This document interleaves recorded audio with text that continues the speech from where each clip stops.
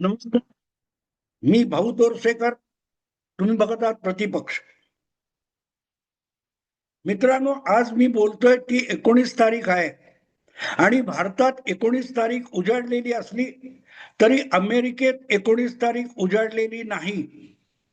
त्यामुळे भारतामध्ये 19 डिसेंबरचा सूर्य मावळत असताना अमेरिकेत 19 डिसेंबरचा सूर्य उगवत असणार आहे. आणि त्यामुळे ज्या काही त्या एप्स्टीन फाईल वगैरे बाहेर यायच्या आहेत आणि त्यांनी जगभर एक भूकंप होऊ घातलेला आहे.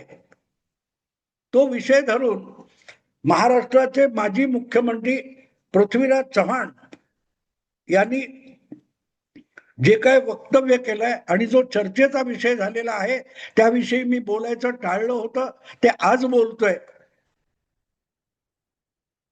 मला खरंच पृथ्वीराज चव्हाण यांची या संदर्भातली वक्तव्य ऐकून वाईट वाटलं.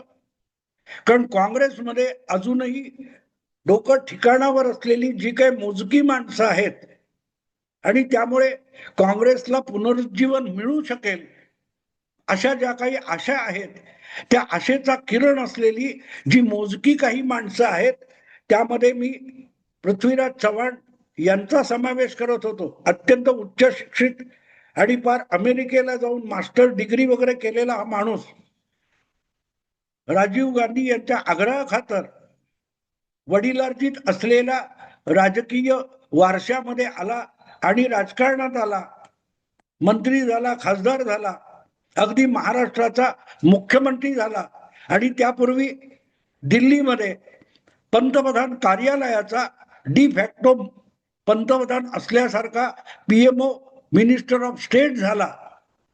ही सगळी पदं छोटी नाहीत मित्रांनो.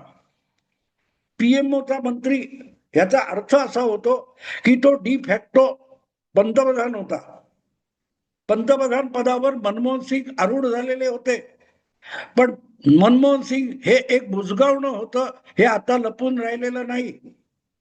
त्यांना कठपुतळी सारखं वापरून सोनिया गांधी भारत सरकारच्या कारभार चालवत होत्या आणि पंतप्रधान कार्यालयातल्या हव्या त्या फायली परस्पर सोनिया गांधींकडे जात होत्या आणि त्या कोणामुळे जात होत्या हे वेगळं सांगण्याची गरज नाही. नेहरू खानदानाशी निष्ठा असलेल्या प्रेमलाताई चव्हाण यांचे चिरंजीव किंवा आनंदराव चव्हाण यांचे चिरंजीव हा पृथ्वीराज चव्हाण यांचा वारसा आहे. सातारा जिल्ह्यामध्ये त्यांचं सगळ्यात मोठं राजकीय कार्य काय असेल तर त्यांना यशवंतरावांचा कट्टर विरोधक असलेला आणि चव्हाण आडनाव असलेला असा जो वारसा आहे, त्या वारशामुळे इंदिरा खानदान नेहरू खानदानामध्ये पृथ्वीराज चव्हाण यांचं नाणं चलनी होतं आणि म्हणून त्यांना राज्यसभेत जाता आलं, अगदी मंत्री होता आलं. आणि ज्या वेळेला अशोक चव्हाणांना बाजूला करायची वेळ आली तेव्हा पृथ्वीराज चव्हाण यांच्या गळ्यात महाराष्ट्राच्या मुख्यमंत्री पदाची माळ पडली होती. पण इतर काँग्रेसचे नेते आणि पृथ्वीराज चव्हाण यांच्यामध्ये एक मोठा फरक आहे की पृथ्वीराज चव्हाण हे अभ्यासू आहेत, उच्च शिक्षित आहेत आणि दीर्घकाळ डोकं ठिकाणावर ठेवलेला नेता आहे आणि प्रसंगी नावडत्या गोष्टी बोलण्याची सुद्धा हिंमत त्यांच्याकडे आहे. पण डोकं ताळतंत्र न ठेवता बोलणं हा दुर्गुण त्यांच्याकडे क्वचितच दिसलेला आहे. पण ज्या वेळेला ही सगळी आपली कमावलेली व्यक्तिगत प्रतिष्ठा यासारखा माणूस पणाला लावतो तेव्हा मग वाईट वाटतं. राग येत नाही, वाईट वाटतं. मला आठवतं ज्या वेळेला उद्धव ठाकरे यांनी तडकाफडकी शिवसेनेत फूट पडली आणि आमदार सुरत गुवाहाटीला निघून गेले आणि राज्यपालांनी बहुमत सिद्ध करा अशी ताकीद दिली, त्यावेळेला उद्धव ठाकरे यांनी तडकाफडकी राजीनामा दिला होता आणि आपोआपच तो मंत्रिमंडळाचा राजीनामा ठरला आणि महाविकास आघाडी सरकार बरखास्त झालं. कारण मुख्यमंत्री एवढीच राज्यपाल ओळख घेतात, बाकी त्यांच्या इच्छेनुसार मर्जीनुसार मंत्री राहतात किंवा जातात. अशा पार्श्वभूमीवर पृथ्वीराज चव्हाण हा महाविकास आघाडीतला आणि काँग्रेसमधला एकमेव नेता होता की ज्याने उद्धव ठाकरे यांनी तडकाफडकी राजीनामा देणं ही फार मोठी हिमालया एवढी चूक आहे असं मत तत्काळ व्यक्त केलं होतं. अगदी भाजपतल्या किंवा विरोधकातल्या कोणी नाही, इतकी उद्धव ठाकरे यांची चूक सर्वात पहिल्यांदा सांगणारे माणूस पृथ्वीराज चव्हाण होते. आणि तोच मुद्दा शेवटी ज्या वेळेला सुप्रीम कोर्टापर्यंत प्रकरण गेलं तेव्हा व्हॅलिड ठरला. सरन्यायाधीश चंद्रचूड आणि घटनापीठाने महाराष्ट्रातल्या सत्तांतराविषयी निर्णय देताना सांगितलं की उद्धव ठाकरे यांनी राजीनामा दिलेला असल्यामुळे घड्याळाचे काटे उलटे फिरवता येत नाहीत.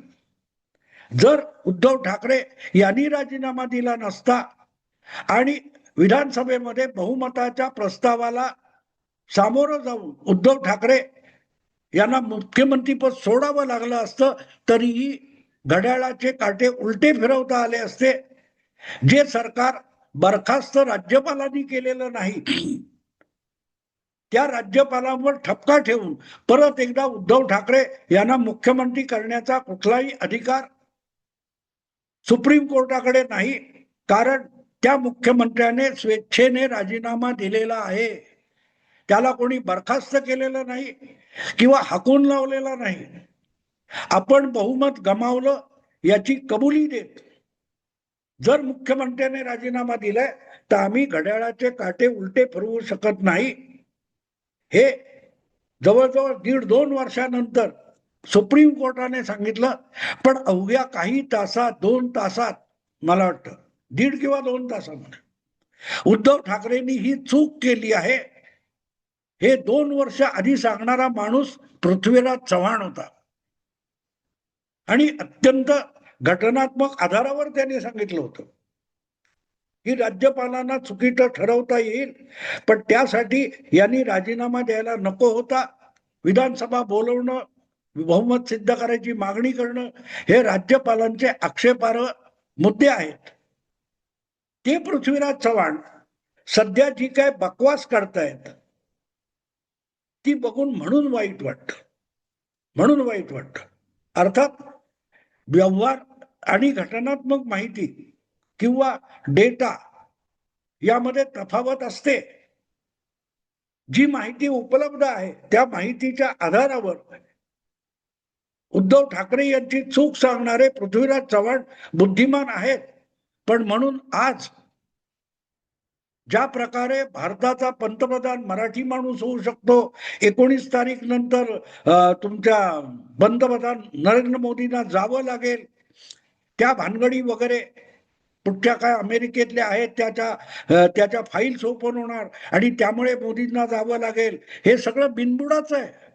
आणि अशा बिनबुडाच्या आरोपामध्ये पृथ्वीराज चव्हाण कधी यापूर्वी अडकलेले मला आठवत नाही.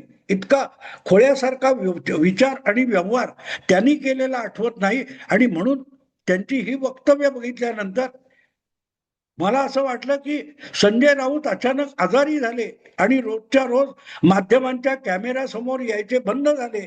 त्यातून जी माध्यमामध्ये पोकळी निर्माण झाली आहे ती भरून काढण्यासाठी त्या पोकळीमध्ये पृथ्वीराज चव्हाण यांनी उडी घेतली आहे का?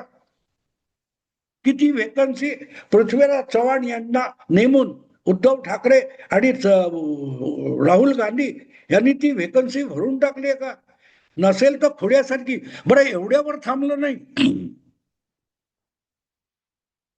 हा एक गोष्ट झाली.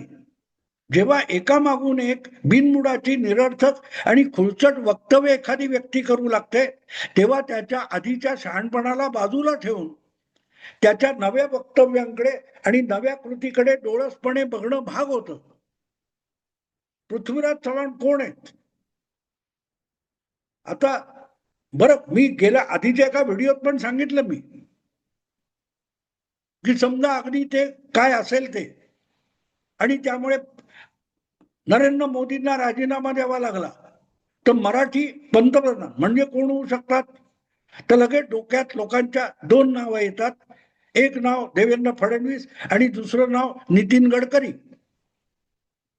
पण मराठी पंतप्रधान करायचं आहे हा निर्णय पृथ्वीराज चव्हाण घेऊ शकतात का? पृथ्वीराज चव्हाण हे त्यांच्या पक्षावर राष्ट्रीय पातळीवर असो किंवा महाराष्ट्र पातळीवर असो आपल्या पक्षात एखादी गोष्ट करायची हे पृथ्वीराज चव्हाण स्वतः ठरवू शकत नाही. महाराष्ट्राच्या राजकारणामध्ये पृथ्वीराज चव्हाण हे स्वेच्छेने मुख्यमंत्री झाले असं बिलकुल नाही.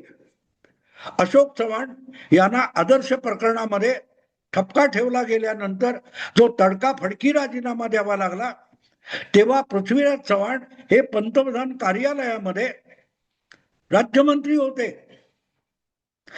सोनिया गांधींची इच्छा झाली की आपण अशोक चव्हाणांच्या जागी पृथ्वीराज चव्हाण यांना पाठवायचं, म्हणजेच आपण महाराष्ट्राचं मुख्यमंत्री व्हावं की न व्हावं हे सुद्धा ज्या पृथ्वीराज चव्हाण यांना ठरवता येत नाही, ते त्यांच्या पक्षाबाहेर आज बहुमताने सत्तेत असलेल्या भारतीय जनता पक्षाचा पंतप्रधान पदाचा उमेदवार ठरवू शकतात का? विचार करा.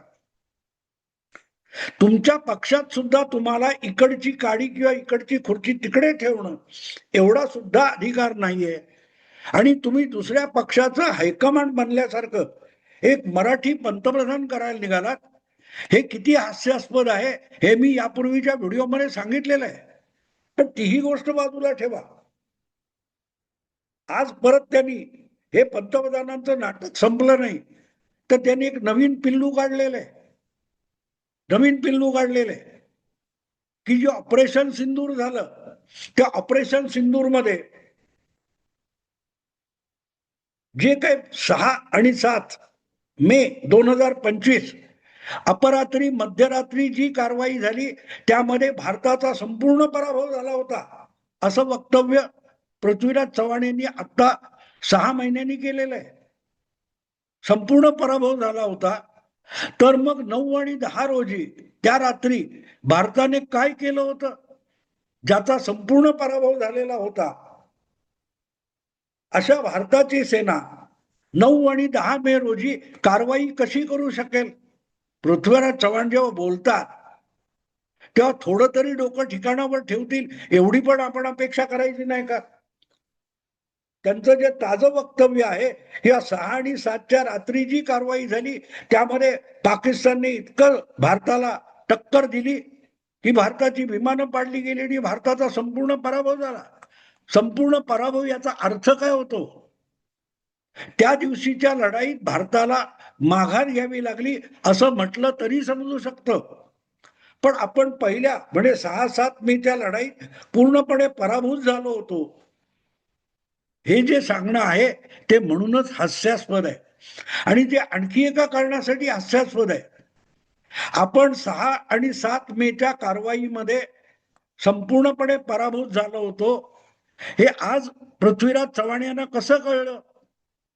कारण जसं त्यांनी उद्धव ठाकरेंच्या राजीनाम्यानंतर विनाविलंब तडकाफडकी प्रतिक्रिया देऊन उद्धव ठाकरे यांना चुकीचं ठरवलं होतं, तसंच त्यांनी 7 मे 2025 रोजी म्हणजे भारताची जी पहिली कारवाई झाली अतिरेकी तळावर काय ते बहावलपूर आणि आणखीन कुठे भारताने जे हल्ले केले होते अतिरेकी छावण्यांवर, त्या कारवाईच्या दुसऱ्या दिवशी म्हणजे 7 मे 2025 ला याच पृथ्वीराज चव्हाण यांनी भारतीय सेनेचं गुणगान केलेलं होतं. किती पिन पॉइंटेड ऍक्शन केली भारतीय सेनेने. जिथे जिथे पाकिस्तानात पंजाब किंवा व्याप्त काश्मीरमध्ये जिथे कुठे अतिरेक्यांचे अड्डे आहेत, प्रशिक्षण छावण्या आहेत, त्याला आपण उद्ध्वस्त करून टाकलं. म्हणून भारतीय सेनेची पाठ थोपटणारी एक व्हिडिओ क्लिप पृथ्वीराज चव्हाण यांची उपलब्ध आहे. मग त्या दिवशी माझं डोकं ठिकाणावर नव्हतं, 6 महिन्यानंतर माझं डोकं ठिकाणावर आलंय आणि म्हणून मी आज छाती ठोकपणे सांगतोय की 6 आणि 7 रोजी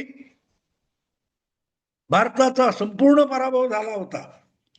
आज जर पृथ्वीराज चव्हाण यांना असा दावा करायचा असेल की 6-7च्या कारवाईमध्ये भारताचा पाडाव झाला होता आणि पाकिस्तानचा विजय झाला होता, तर मग 7 मे 2025 ला तुम्ही त्याच पराभूत झालेल्या सेनापतींचं सैन्याचं कौतुक कशाला करत होता, याचाही खुलासा करावा लागेल. हा, पृथ्वीराज चव्हाण एवढं सांगू शकतात की त्या दिवशी माझं डोकं ठिकाणावर नव्हतं, मी प्रचंड काहीतरी नशापान केलं होतं किंवा माझ्या मेंदूला धक्का लागला होता, त्यामुळे मी त्यावेळेला बोललेला जर कुठे क्लिप मिळत असेल तर मी त्यावेळेला वाटेल ते बरळलेलं आहे, त्यावर कोणी विश्वास ठेवू नये. माझ्या आजच्या वक्तव्यावर विश्वास ठेवा, कारण गेले 6 महिने माझं डोकं ठिकाणावर नव्हतं. असाही खुलासा पृथ्वीराज चव्हाण यांना करता येईल. नसेल तर 6 महिन्यामध्ये आपल्या त्याच एका कृतीविषयी, कारवाईविषयी एवढी टोकाची भिन्न मतं कशाला आहेत. किंवा असंही जगू शकत, त्यावेळेला मी देशप्रेमाने भारावलेला होतो आणि त्यामुळे खोड्यासारखं काही बोलत होतो किंवा धादांत खोटं बोलत होतो, किंवा तोपर्यंत आमचे सर्वोच्च नेते, महान नेते राहुल गांधी यांची कुठलीही प्रतिक्रिया आलेली नव्हती. त्यामुळे या बाजूने बोलावं की त्या बाजूने बोलावं, या दोलायमान अवस्थेमध्ये माझी बुद्धी आणि माझा मेंदू होता, आणि त्यामुळे एका बाजूला तोल जाऊन मी भारतीय सेनेचं 6-7 मेच्या कारवाईसाठी कौतुक केलं, असाही खुलासा पृथ्वीराज चव्हाण करू शकतात.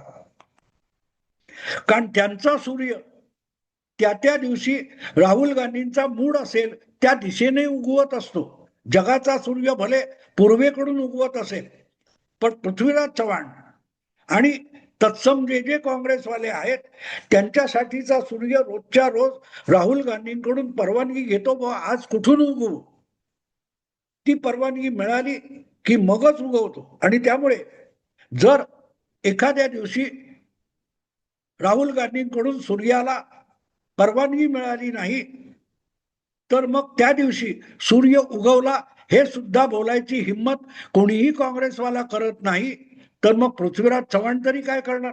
आणि म्हणून आपल्याला या निष्कर्षाप्रत यावं लागतं की पृथ्वीराज चव्हाण हे 7 मे 2025 ला भारतीय फौजेचं कारवाई, ऑपरेशन सिंदूरची पहिली कारवाई केली आणि कौतुक करत होते, तेव्हा ते शुद्धीत नव्हते, त्यांचं डोकं ठिकाणावर नव्हतं, असा आपल्याला निष्कर्ष काढायला लागतो. आणि म्हणून मला असं वाटतं की कदाचित संजय राऊत यांच्या आजारपणामुळे जी रिक्त झालेली जागा आहे, माध्यमाचा स्पेस, तो व्यापण्यासाठी कदाचित पृथ्वीराज चव्हाण यांनी आपलं डोकं गहाण टाकलेलं असावं. अन्यथा अशा गोष्टी होणार नाहीत. कशाच्या आधारावर तुम्ही आज बोलताय, बरं आज बोलताय त्याचाही पुरावा नाही, तेव्हा बोलले त्याचाही पुरावा नाही, अर्थात त्याचा पुरावा खुद्द भाजप पाकिस्तानने दिलेला आहे. अमेरिकेच्या पेंटॅगॉन या युद्धशास्त्र संस्थेने, तिथला स्पेन्सर नावाचा एक मोठा अभ्यासक, जाणकार मानला जातो, त्याने ऑपरेशन सिंदूरचं कौतुक करताना सांगितलंय की जगाने यापुढे ऑपरेशन सिंदूरचा अभ्यास करावा, कारण या पुढचं सगळं युद्धशास्त्र हे ऑपरेशन सिंदूरने दाखवलेल्या दिशेने जाणार आहे. आणि त्या दिशेकडे अंगुली निर्देश करताना पृथ्वीराज चव्हाण म्हणतात की यापुढची सगळी युद्ध जर क्षेपणास्त्रांनी होणार असतील तर मग 12-12 लाखाची फौज हवी कशाला, त्यांच्याकडून दुसरी कामं करून घ्या. हे डोकं ठिकाणावर नसल्याचा दुसरा पुरावा आहे. कारण सैन्य आणि सैनिक, नौदलाचे असोत, भूदलाचे असोत किंवा हवाई दलाचे असोत, हे आपत्ती व्यवस्थापनात सुद्धा महत्वाची भूमिका बजावतात. हे मुख्यमंत्री राहिलेल्या आणि पीएमओ मंत्री राहिलेल्या पृथ्वीराज चव्हाणांना कळत नसेल तर त्यांचं डोकं नक्कीच ठिकाणावर नाही. आणि कदाचित ती शक्यता आहे. आज युद्धशास्त्र आणि युद्धाविषयी एवढं मोठं बोलणारे हे पृथ्वीराज चव्हाण यांचं मुख्यमंत्री पद का गेलं याचा तरी त्यांना पत्ता लागला होता का.